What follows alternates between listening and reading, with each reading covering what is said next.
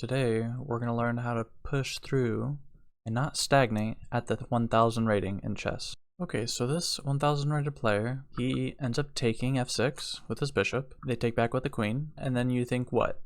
It's an even game? What can we do? Well, it makes sense to develop, maybe defend this e4 pawn, but this guy, or girl, pushes the f3 pawn, and so it makes sense that he pushed in order to defend the e4 square. Something that you want to do is probably develop a knight or a bishop, because otherwise you're just going to be underdeveloped. And I mean, yeah, the theme continues, and all of a sudden, according to the evaluation bar, you're 1.1 down, you're down a pawn essentially, even though it's even in terms of pieces. So something that this guy missed is for the next move, bishop to d7, and you ask, what's wrong with that? How can I get the bishop, or what's hanging here? But when you look and you think, if I attack this knight, what squares can the knight go to? Well, I can go to here, here, here, here, gets taken, here taken, here taken, here taken, here taken. So his options are limited, and it's basically just a knight. So he should have gone b4. But we decide to develop the bishop and let the knight off scotch-free. So that's a great learning point that you can focus on, especially with knights. You can start to be more aware of their available squares that they can go to, and if you can cut enough of those off, then maybe you can trap your opponent's knight, or maybe even another piece that's connected to it. One of the last things that I'll go over in this game is back rank threats. So let's look at black first. Does black have any king stuck in a corner issues? No. But if we look at white's king is stuck in a corner, so to speak. White's king cannot go out magically. So black played a great move, queen, threatening here. And white sadly blundered by moving to h5. Because I don't know if you guys could see that, but the horsey and the rook, they both cover that f1 square, so there's two of them, and there's two here, so it's covered. So black simply made a brilliant move, which, they have quite the spectrum of brilliant moves here on chess.com. But yeah, if we can avoid doing that, you're gonna get a lot closer to just blasting through 1000 rating. Let's go ahead and try to find another game and see if we can trend up some things and learn from it. So I've been giving a lot of critique, but based off of this opening, I do have to say white is playing well, very solid. Oh, black's first in accuracy. What are we gonna do? Well, first things first is we probably want to move our queen, since they're attacking our queen, and we cannot checkmate with other pieces. So we check that off. Next thing is, do we have any great checks? Well, if we try to check like this, then it would just help them actually, because they'd get a tempo with their bishop attacking our queen, and they develop the bishop. So maybe we don't want to do that check. I don't really see any other good checks. So let's think, how can we run our queen away? Well, we can move it away here, here, here, or technically here, or here. So which one of these seems the best and why? Maybe you guys take a second, mark the time in the video, and let me know. And the why part is the most important part, because that's how you get the learning in. So in this position, again, we're going to want to move the queen, and I'm thinking I'm going to probably move it to d3 or d1. Now, the reasons, aka the most important part. So if I move it to d3, then he probably does a normal developing move. Let's say he goes knight f6. Sorry, after d3, knight f6. And then, now if I go and check, being on b5 instead of a4 allows me to target the b7 pawn. So I'm kind of opening up the possibility of him moving his bishop, and I get to take a free pawn. And let's just see if that's even correct. So yeah, this is a potential way to play. But there's other ways. So let's go all the way back to that other position that we had. So all the way back here, we had the option for d3. Another option would be to have d1 as well. Another great reason for keeping the queen on this d file is because you're eyeing his queen and kind of preventing this push. And if black did push, then that's really good for us, as you can see there. We would probably take here. We could even take with the queen.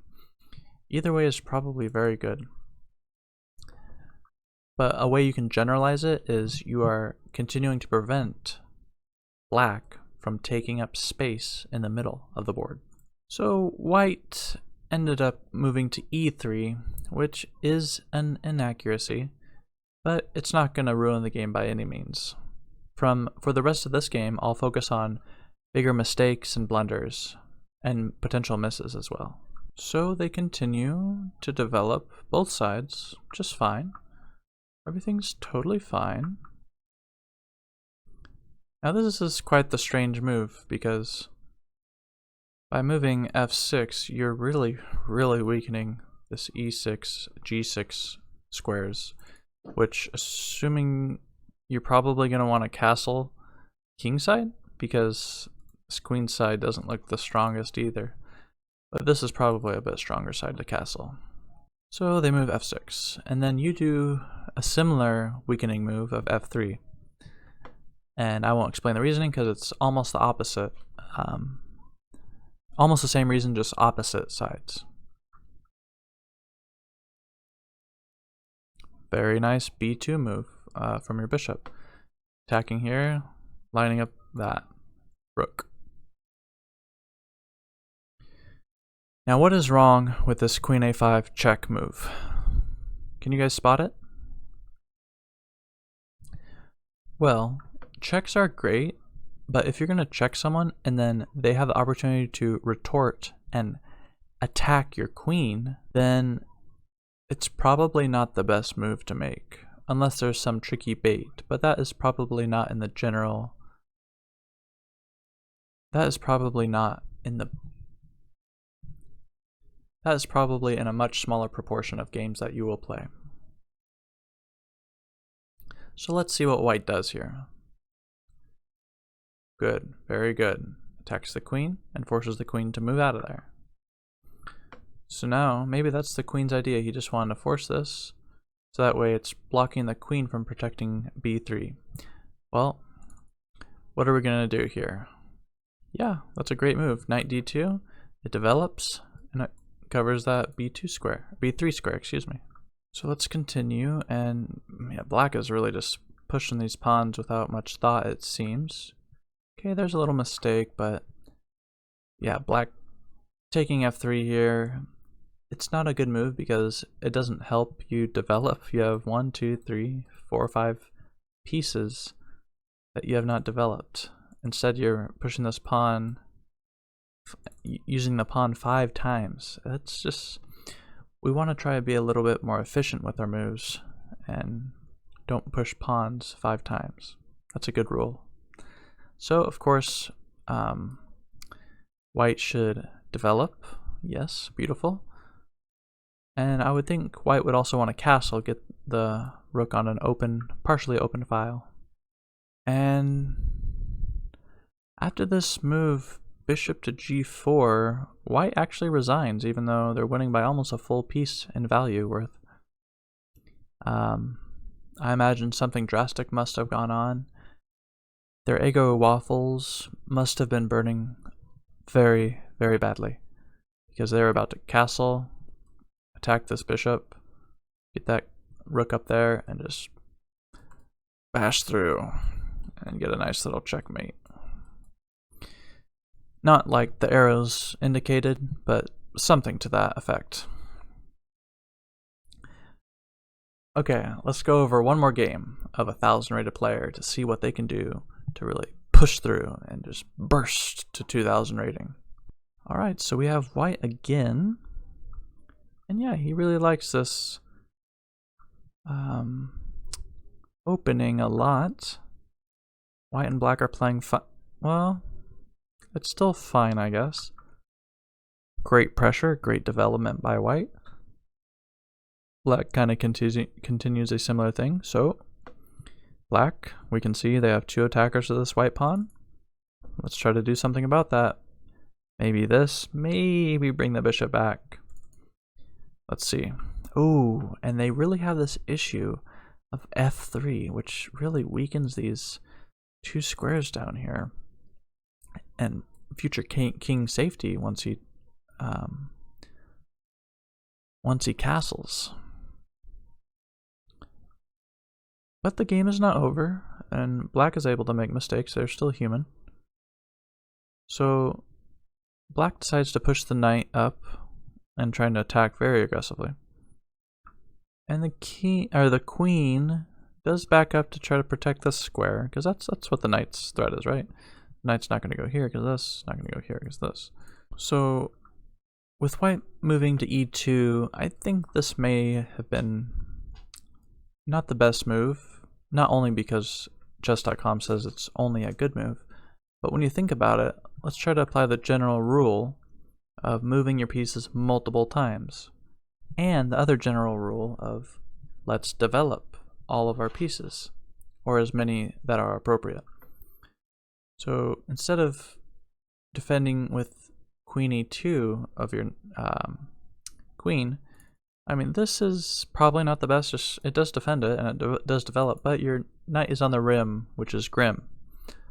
So maybe we can just go here and then he could take, or you could defend it by going bishop a4, which protects it. And yeah, then he also cannot take. That's a fine way to do it as well. And then maybe the move after, you can kick the knight out. And yeah, you win a tempo, and it's kind of a huge win because you wasted time. But let's move on. So now the queen is getting involved. So obviously the queen is attacking this, which is defended. The queen is also attacking this, so there's 2 attackers here. And it's kind of a similar thing. So you probably want to move the bishop back, possibly the knight. In this case, you could actually move the c3 push. So he chooses the knight, and we understand why, but we do know knights on the rim are grim. So black, the idea is there. Let's attack this bishop. Why not, right? Let's try to push our pawns. And white does a great job to return the favor.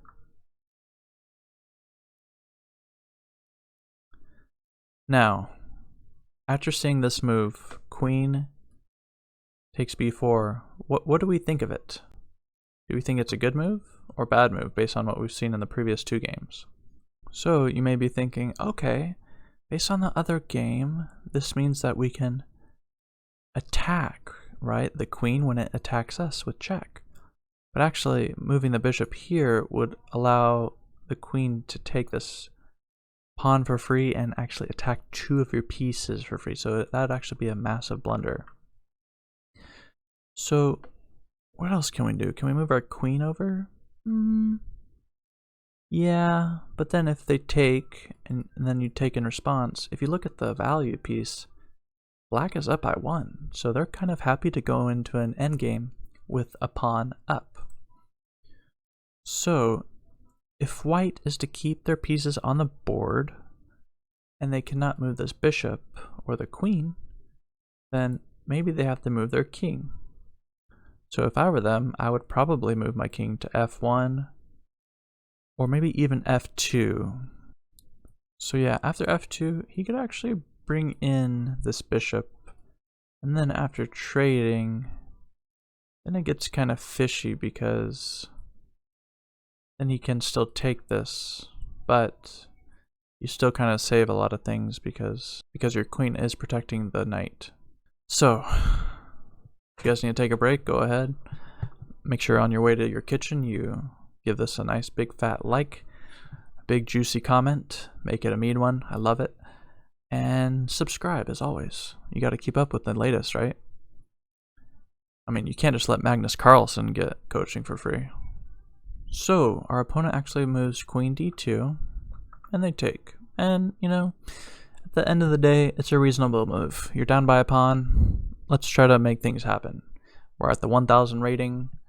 We are aware of the high probability that blunders will occur in the remainder of the game.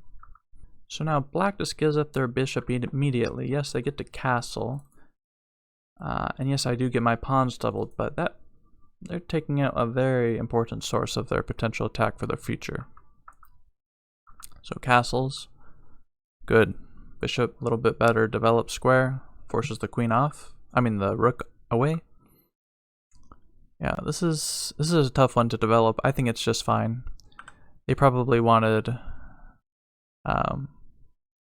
another little bishop move, just to really control these squares, because then if he goes up here, then you might be able to castle or possibly even push the pawn to attack and defend.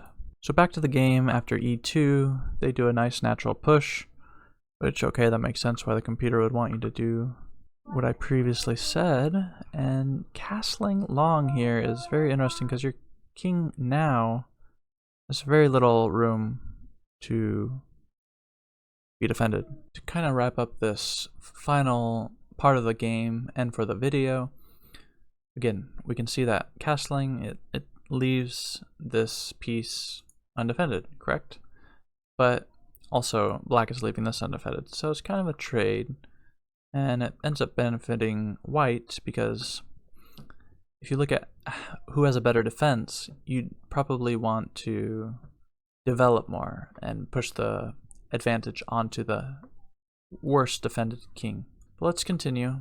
So great move, threatening to take this pawn, and black ends up checking, which on the surface level seems kind of reasonable, but it allows the king to escape and protect a little bit. But either way, the king is not feeling good as a white pieces. So now, what is white worried about right now? He is worried about the back rank, the check, and just stealing that rook. So he should probably move his king, or another piece that can prevent this from happening. And sadly, if we look at what squares are being occupied, where can the king go in the situation? Nowhere.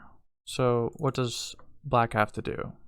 Just give a simple check while maintaining the jail.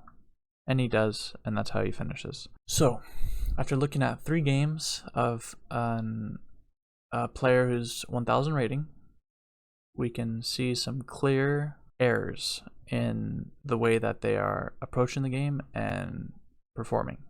The things to keep in mind: not pushing f3 and f6 so early. Those are key defenders of squares around your king after you castle. It's very committal. You do not know at such an early time in the game that is an appropriate move.